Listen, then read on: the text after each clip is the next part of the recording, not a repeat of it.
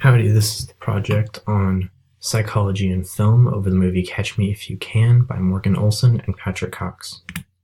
So, description of the movie follows a young man named Frank Abagnale Jr. It starts off in New York in the 1960s and goes throughout several locations of North America, mostly upper-class settings. This movie follows Frank Abagnale Jr., a 16-year-old runaway who begins cashing fraudulent checks after running out of his parents' money. Frank then attempts to reunite his parents by raising up enough money so that he can give it to his father to impress his mother once again.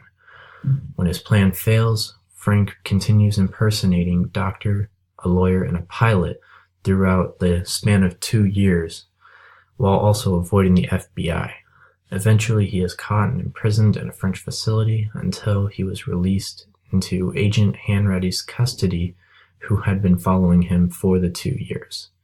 He begins to work for the FBI in their fraudulent check department, later helping to catch other people guilty of check fraud and creating checks that would make it harder to cause check fraud. So, a diagnosis for Frank Abagnale Jr. would be antisocial personality disorder.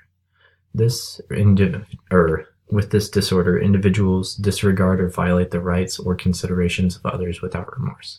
This patient would also be considered a sociopath. Throughout the film, Frank Abagnale Jr. avoids the FBI while continuously cashing fraudulent checks in the 1960s. Fraud had developed into one of the biggest criminal acts in New York. A cultural disrespect for the law and a desire to make more and more money was a prominent factor in the crime ring in New York. This diagnosis is not specific to any one culture, age, gender, or race.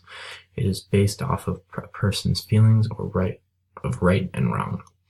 This diagnosis can come from any person in a culture that lacks a conscience.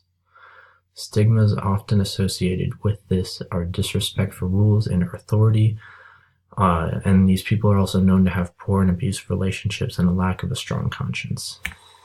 So evidence of this throughout the film would be that Frank Abagnale Jr. Displays persistent lying and deceit throughout the film. He's constantly picking up fake identities, when it actually started with him pretending to be a substitute teacher within his high school for about 2 weeks, and went on to when he was a pilot for Pan Am or pretending to be a doctor and a lawyer. Throughout the film, Frank used charm and wit to manipulate others. He repeatedly used flirtation with female bank tellers and female flight attendants in order to gain information or personal pleasure. And one of the common symptoms of antisocial personality disorder is hostility or aggression or violence. However, Frank Abagnale Jr. did not present any of these signs. So, a treatment for this, there is no standard treatment for antisocial personality disorder. However, most people with this disorder do end up within the criminal justice system, mainly because of their disregard for the law. In this movie, the appropriate treatment was the outcome of the movie, that he was given a job that allowed him to use his abilities constructively, although with this personality disorder, it does not inhibit people from functioning on a normal level or obeying the law of the justice system.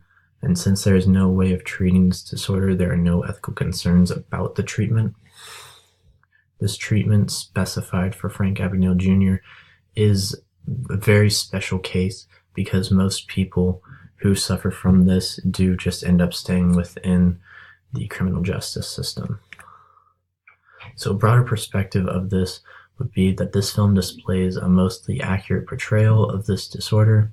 In the beginning, Frank was concerned for his own survival. However, cashing fraudulent checks was just the beginning. Survival turned into pleasure, and Frank continued to cash checks more and more. It gives viewers some understanding as to why people with these disorders make decisions and act the way they do.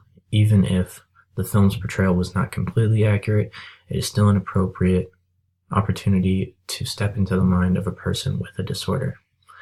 Thank you very much.